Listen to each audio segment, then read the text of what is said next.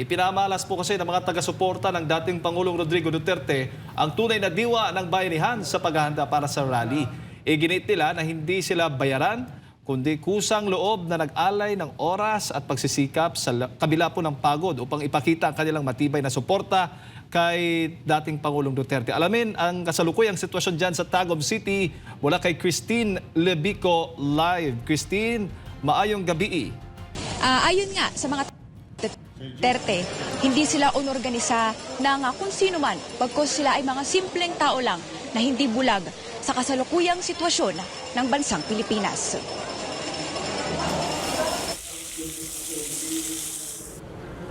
Kaya naman, kapansin-pansin ang kanilang solidong pagkakaisa para may sa katuparan ang Global Tribute for Tatay Digong, partikular dito sa Tagum City, bilang pagdiriwang sa kanyang 80 taong gulang at upang isigaw ang panawagang ibalik na siya sa bansang Pilipinas. Kami po yung mga volunteers, we are coming from different sectors, we are coming from the business sectors, civil society. We are not here for any political organizations, but purely for peace rally for the nation. We are all volunteer here. Even our expenses, no, we started our planning with the 0 peso. Wala kaming ni isang piso na funds. So after our plans and programs, we shell out from our own pocket. And then we call our also friends of friends. So nabuo namin tong peace rally nito without any single centavo coming from any political parties. Isa rin si GL Baldove, isang retired teacher at volunteer sa event committee ng naturang aktibidad. Aminado siya na bagaman hindi sila magkakakilala, pinagtagpo sila ng kapalaran para sa iisang layunin dahil sa kanilang pagmamahal sa Pilipinas at sa dating Pangulo. I volunteered myself to handle the food committee, the food and non-food, kasi parang doon ako fitted. So yun ang instruction. You choose a committee na kung saan kayo magaling. And then doon na nag-umpisa. Then a series of meetings came. Then doon na nagtagpo-tagpo yung anong dapat gawin, anong gusto namin. But just one purpose, yung love namin kay Tatay Digong. Sa paligid ng open arena, matatagpuan ang mga libreng printing shirts. Lahat ay simbolismo ng kanilang pagsuporta sa dating Pangulo. Dahil kay Tatay Digong, walang kompetisyon sa negosyo.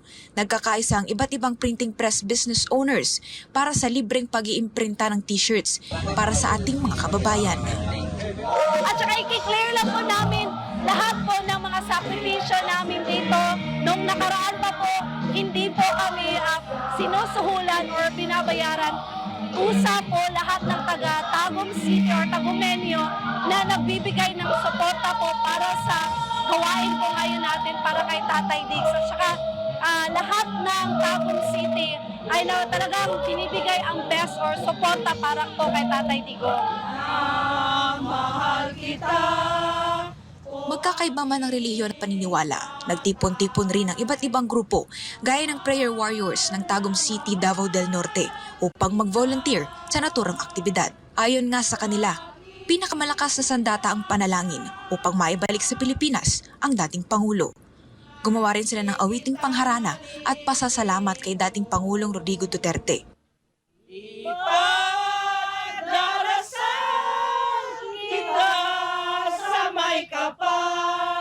Nasana'y bigyan ka pa ng mahabang buhay upang makapiling ka aming tatay sa dakong maroon ng buhay. Kahit mainit ang panahon, okay lang kami. Masaya kami. Duterte! Duterte! Duterte! Duterte! Ayon naman sa organizer committee, aabot sa 7,000 hanggang 13,000 ang dadalo na pupuno sa naturang lugar. Bago magsimula ang programa, umarangkada ang motorcade ng Global Tribute for Tatay Digong na umikot sa kabuuan ng Tagum City. Iba't ibang sektor, grupo at individual ang lumahok.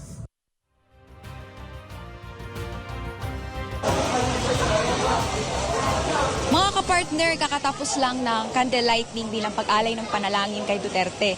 Actually, inulan na nga yung ating mga kababayan dito, pero hindi sila natinag at tinapos nila yung programa. Kanina hindi rin magkamayaw ang mga taga-suporta sa pakikiisa sa 80th birthday ni dating Pangulong Rodrigo Duterte. Actually, during interview, yung ibang mga grupo na nakapanayam namin, sila na mismo yung lumalapit sa amin, lumalapit sa camera para magpaabot ng kanilang pagbate o video greetings para sa kanilang Tatay Digong. Kapansin-pansin din na iba-iba man ang kanilang kinabibilangan sektor, iba-iba man ang kanilang mga relihiyon, ay pinag-isa sila ng ganitong klaseng pagtitipon.